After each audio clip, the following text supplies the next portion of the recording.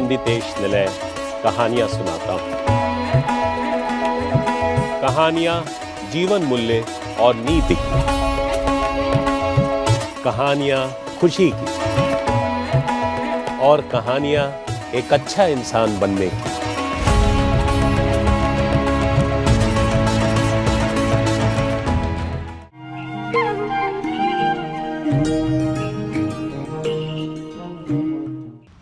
नमस्ते, खुश रहिए। कहानियों की श्रृंखला में मैं एक नई कहानी के साथ आपके समक्ष हाजिर हूँ।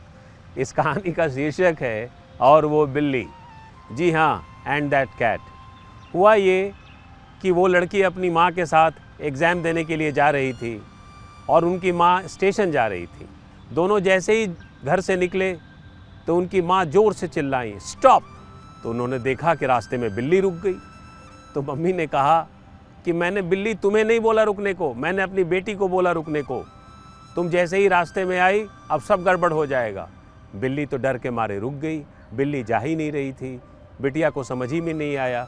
बिटिया ने कहा कि लगता है अब मेरी परीक्षा खराब जाएगी मम्मी, तुमने किसको बोला था स्टॉप? तो मम्मी ने कहा मैंने तो तुम्हें बोला था स्टॉप।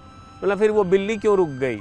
तो पता नहीं क्यों रुक गई, उसे कैसे समझ में आ गया कि मैंने उसको रुकने के लिए बोला। दोनों खड़े रहे। एग्ज़ाम लेट हो रहा था और शायद उनकी ट्रेन भी छूट जाती। तो उन्होंने आवाज़ लगाई। बिटिया ने अपने पिता को आवाज़ लगाई। पिता ऊपर से आए। पिता घर में थे। पिता आए। पिता समझे कि माजरा क्या है। पिता सोचते रहे, करूं तो क्या करूं, करूं तो क्या करूं। बिटिया बोलती रही, पापा कुछ करो ना, बिल्ली को हटाओ ना। वो रास्ते से बिल्ली हटेगी ना, मम्मी हमें आगे बढ़ने देंगी ना, वो खुद ही आगे बढ़ेंगी ना हमें आगे बढ़ने देंगी। पिता धीरे से गए और धीरे धीरे जाकर उन्होंने बिल्ली के कान में कुछ कहा।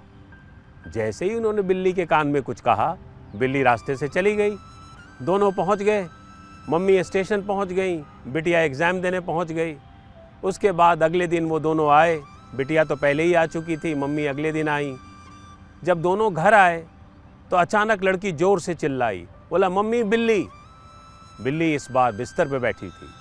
वो लड़की बिल्ली के पास गई और बिल्ली से कहा कि तुम ये बताओ कि तुम मेरे घर क्यों आ गई? बिल्ली चुपचाप उस लड़की को देख रही थी, मानो वो कुछ कहना चाह रही थी। तो बिल्ली ने इशारा किया उस लड़की के पिता की ओर। तो लड़की अपने पिता के पास गई और बोली, पापा आपने ऐसा क्या कहा था बिल्ली से जो वो रास्ते से चली गई? तो उसके पिता ने कहा कि मैंने बिल्ली से कहा था कि देखो मैं भी नौकरी करता हूँ और मेरी वाइफ भी नौकरी करती हैं, हम दोनों सीनियर पोजीशन पे हैं और हमारी बिटिया जो है इंटरनेशनल स्कूल में पढ़ती है। समझ रही हो ना तुम हम किस समाज से आते हैं, हम बहुत बड़े लोग हैं, चुपचाप रास्ते से हट जाओ। और बिल्ली डर के मारे हट गई। पर उस दिन जब वो बिल्ली बिस्तर पे बैठी थी तो मानो उस लड़की को कुछ कहना चाह रही थी। लड़की समझ गई। लड़की ने कहा, बिल्ली घबराना नहीं, मैं तो इंसान हूँ, मैं वो नहीं हूँ जो मेरे पापा ने कहा था, मैं इंसान हूँ। मेरे पापा मम्मी हो सकता है बहुत बड़े ओहदे के लोग हों, पर मैं इंसान हूँ बिल्ली, आते रहना। बिल्ली मुस्कुराई। बिल्ली चुपचाप बिस्तर से उठ के चली गई। अगले दिन वो लड़की फिर एग्ज़ाम देने गई तो इस बार उसने बिल्ली को रास्ते पे नहीं देखा। बिल्ली चुपचाप किनारे खड़ी थी, मानो उसके लिए दुआएं कर रही थी। वो समझ गई थी कि जब इंसान गुज़रते हैं तो बिल्ली हो, कुत्ता हो, चूहा हो, तितली हो, सारे जानवर मानो किनारे खड़े होकर उनके लिए दुआएं करते हैं।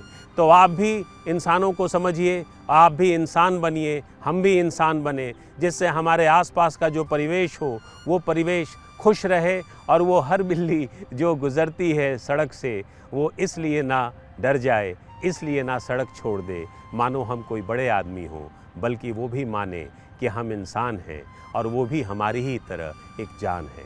मिलते हैं फिर अगले अंक में। तब तक आप अपने परिवार में खुश रहा करिए और यकीन करिए जब आप खुश रहेंगे तो हम भी खुश रहेंगे, इसलिए खुश रहिए। जय हिंद, जय भारत।